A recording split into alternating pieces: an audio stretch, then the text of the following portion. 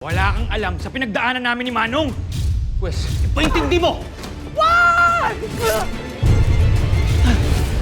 Ngayong Martes, Para bang may bigat na pumipigil sa akin na maging masaya. Lalo pat ang dami hong namatay ng mga pulis. Tapos ang dahilan ng pagkamatay nila dahil sa mga kalahi kong katubaw.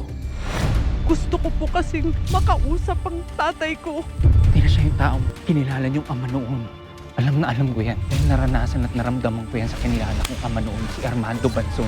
Ramdam ko ang apoy ng galit mo. Yan din ang nararamdaman namin. Ginawa niyong mali. Mananatiling mali. Hindi na mababalik yung mga buhay na kinuha niyo! Dakila! Kaibigan, kailangan kita!